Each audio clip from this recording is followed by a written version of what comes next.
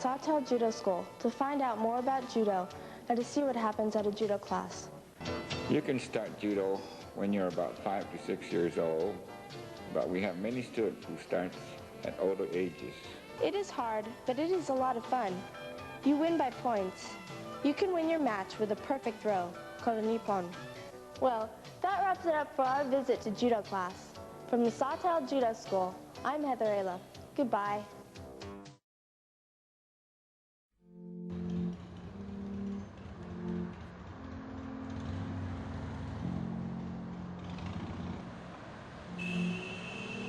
You know, when you say, you know anything about Sawtelle Judo Dojo, what is that? I'd like for them to be aware of it and know that we are there and what we do, yes, certainly. Most people knew about the Sawtelle Judo Dojo, what it did for the community. Today, most people don't even know it exists.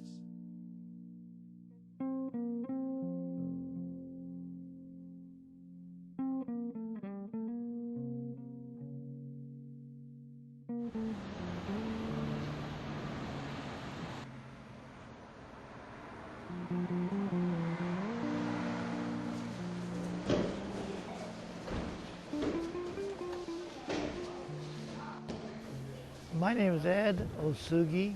I'm one of the senseis helping out at the Sawtelle Judo Dojo. Sawtelle Dojo, I believe, was established around in 1927. There's not a lot of written documentation. We have few pictures of that era, but it was one of the first judo schools in the Los Angeles area, Southern California area. You know, Sawtelle used to be primarily farm area, and it was full of celery farms, bean farms, etc. But now, you know, there's no farmland at all. Most judo schools, dojos, was made up with kids from the Japanese community. Myself being brought up in the judo world, yes, I wanted my son to learn judo, and that's why we started at the Sawtelle Judo Dojo. I think the dojo gives back a lot because they're raising the kids to become good citizens, to respect their elders, keeping up the culture of the Japanese Americans. Well, I didn't really know anything about my heritage, so going to judo kind of taught me more about it. I did want her to do something that would have to do with her culture and understand that, you know, what it really was. And this judo, this dojo, you know, Kenji Osugi, he really transfers that message to all the parents and the children. It's a connection of generations. What my parents went through and what their parents went through. And so it's just a continuation of that. Yes, I'd like for them to gain whatever they can from the judo education or the learning process in judo and try to pass it on to the future generations, be it other kids or their own kids. And I think it helps a lot for my son to try to keep that kind of a thought, a learning process and things going. There's been other judo schools in the Southern California area where the head instructor moves out or that they die, the school dies.